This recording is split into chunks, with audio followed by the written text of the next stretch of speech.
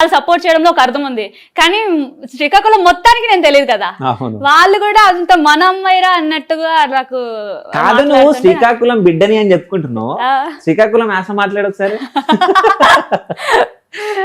నాకైతే రాదు, నువ్వు మాట్లాడితే వింటా. నేను నా తెలంగాణ బేసికలీ నాకు కూడా రాదు. అంటే మా ఇంట్లో ఎవరు అంత ప్రాపర్ గా శ్రీకాకుళం స్లాంగ్ వాడరు. జస్ట్ ట్రై చేయి. ఏడ్చేస్తున్నావురా ఇలా ఉంటది అనుకుంటున్నాను, నాకు కూడా తెలీదు. ఎవరైనా వింటే మాత్రం సారీ. కాదు, శ్రీకాకుళం అయ్యండి నీకు శ్రీకాకుళం యాస రాదా? అంటే మాది శ్రీకాకుళం అంటే అంటే శ్రీకాకుళం లోకల్ అనమాట. లోకల్ అయినా ఏదైనా లాంగ్వేజ్ ఉంటది కదా, అంటే మన ఎవరు మాట్లాడరు, మా రిలేటివ్స్ లో కూడా ఎవరు మాట్లాడరు. ఓకే, అందుకు రాదు. అయితే నువ్వు ఇప్పుడు ఇటు సైడ్ వచ్చిన తర్వాత మేబీ అక్కడక్కడ అలా టచ్ అవుతాయేమో శ్రీకాకుళం స్లాంగ్, కానీ ప్రాపర్ గా రాదు. అయితే నువ్వు సింగింగ్ సైడ్ వచ్చిన తర్వాత సో జాబ్ ని వదిలేయడం జరిగింది. అంటే ఫస్ట్ జాబ్ రాగానే చాలా మంది జాబ్ రావాలని కోరుకుంటారు, జాబ్ వచ్చిన వాళ్ళేమో ఇట్లా వెళ్ళిపోతారు, జాబ్ రాని వాళ్ళు ఏడ్చుకుంటూ ఉంటారు, మాకు ఇంకొస్తలే అని చెప్పేసి. అంటే నేను చదువుకున్నాను, నేను జాబ్ తెచ్చుకోగలను, నా కెపాసిటీ ఉంది అని చెప్పి ప్రూవ్ చేసుకోవడానికి నేను జాబ్ తెచ్చుకున్నా.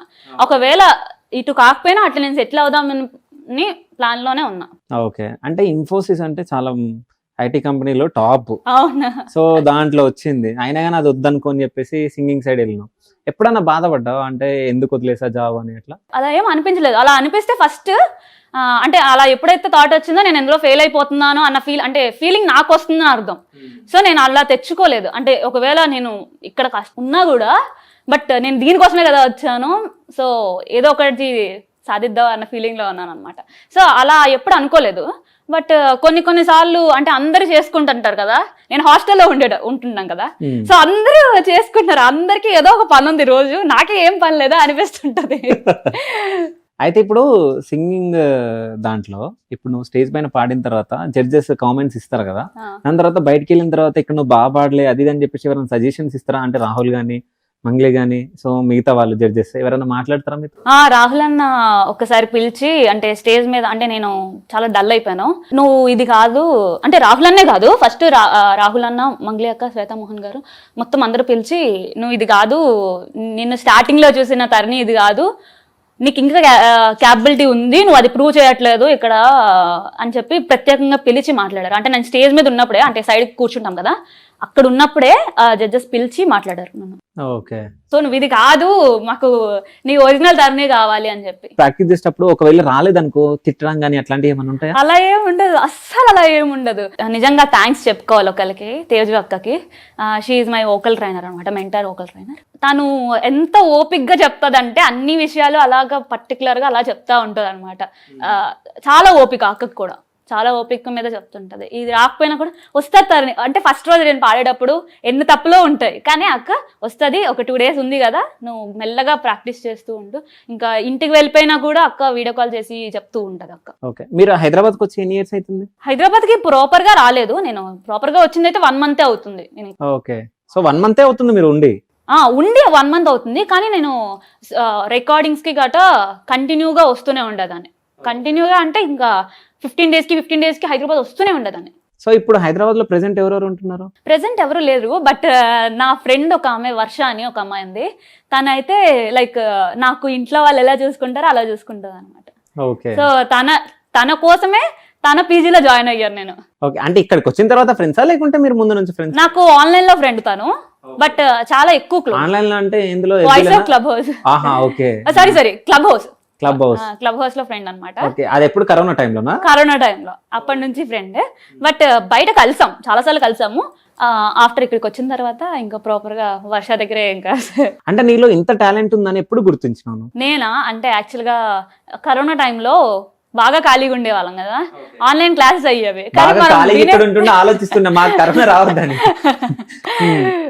ఇంట్లోనే అలా ఉండడం వల్ల వాయిస్ ఆఫ్ క్లబ్ హౌస్ అని ఒక క్లబ్ హౌస్ లో ఒక కాంపిటీషన్ అయిందనమాట. చిన్మయ్ శ్రీపాద గారు పెట్టారు. సో ఆ కాంపిటీషన్ లో అది నేను సరదాగా ఇచ్చిన ఒక ఆడిషన్.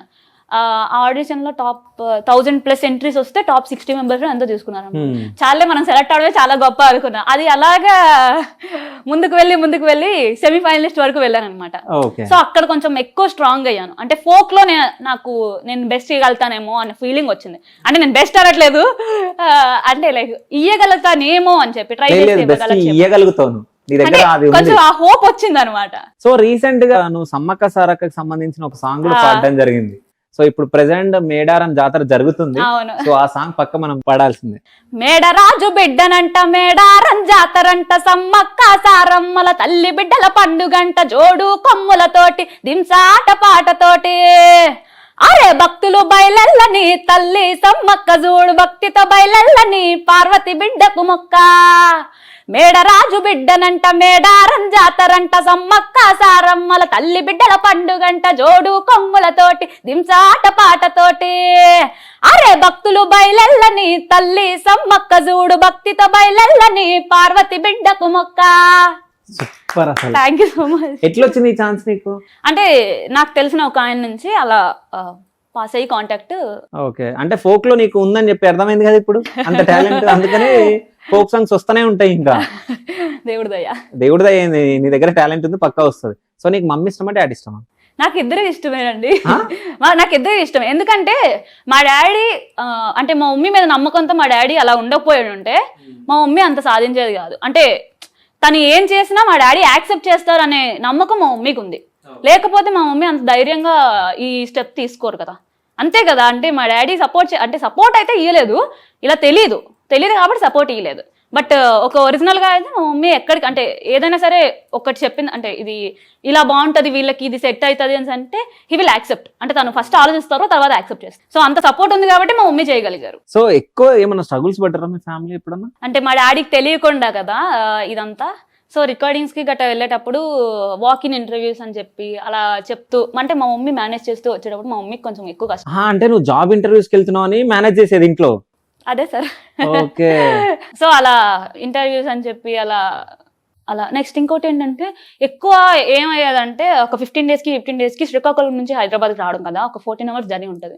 అంటే మరీ దగ్గరగా ట్రావెల్ చేయడం వల్ల కొంచెం అన్నయ్య ప్రతిసారి నా దగ్గర నేను ఎప్పుడు ఏ రికార్డింగ్కి వెళ్ళినా ఎక్కడికి వెళ్ళినా అన్నయ్య వస్తాడు అనమాట. అది మేబీ అది వైజాగే అవని హైదరాబాద్ అవని ఎక్కడికైనా సరే అన్నయ్య వస్తాడు. సో అన్నయ్యకి నాకు ఇద్దరికి కలిపి హెల్త్ కొంచెం అటు ఇటు అవుతూ ఉండేది అనమాట. ఊరుకునే జలుబు చేస్తున్నట్టుగా, ఊరుకునే ఫీవర్ వస్తున్నట్టు అయ్యేది. బట్ వెదర్ చేంజ్ అవుతుంది కదా, వెదర్ చేంజ్ అవడం అంటే దగ్గరగా ట్రావెల్ చేయడం. అంటే మా డాడీకి అవన్నీ తెలిసి ఉండుంటే నేను హైదరాబాద్ లోనే స్టే చేసేదాన్ని. కానీ తెలియకపోవడం వల్ల శ్రీకాకుళం నుంచి హైదరాబాద్ అట్లా. సో ఇవన్నీ డాడీకి తెలిసిన తర్వాత ఇవన్నీ మీరు డాడీతో షేర్ చేసుకుంటే డాడీ ఎట్లా మాట్లాడేది? ఇంత కష్టపడ్డారా అన్నారు. అంటే చెప్పేసి ఉంటే అయిపోయేది కదా అనుకున్నా. కానీ చెప్తే ఒప్పుకోకపోతుండే నిజం చెప్పాలంటే. అంటే ఒప్పుకుంటారు లేదా అని భయం ఉండే. అంటే ఒకవేళ ఒప్పుకోకపోతే పరిస్థితి అండి, ఒప్పుకుంటే ఓకే హ్యాపీ, ఒప్పుకోకపోతే పరిస్థితి అండి. ఓకే. సో తరుణిని ఎవరైనా మోసం చేయడం జరిగింది? మోసమా? ఏ రకంగా? పెద్ద మోసాలు కాదు, ఎప్పుడన్నా కాలేజ్ లో గానీ అది ఏదైనా చీట్ చేయడం గానీ? చాలా సార్లు సార్. ఓకే. నా ఫ్రెండ్స్ అందరూ ఎవరు చదవలేదు అని చెప్పేసి చదివేసేవారు, నాకన్నా ఎక్కువ మార్కులు వచ్చేసి. ఓకే. అలాంటి మోసాలే. నువ్వు చదువు బిడ్డవని నాకు అర్థమైందిలే. అంటే ఇన్ఫోసిస్ లోనే జాబ్ పుట్టినావు అంటే సో బాగా చదువుతుండేనంట కదా మీరు?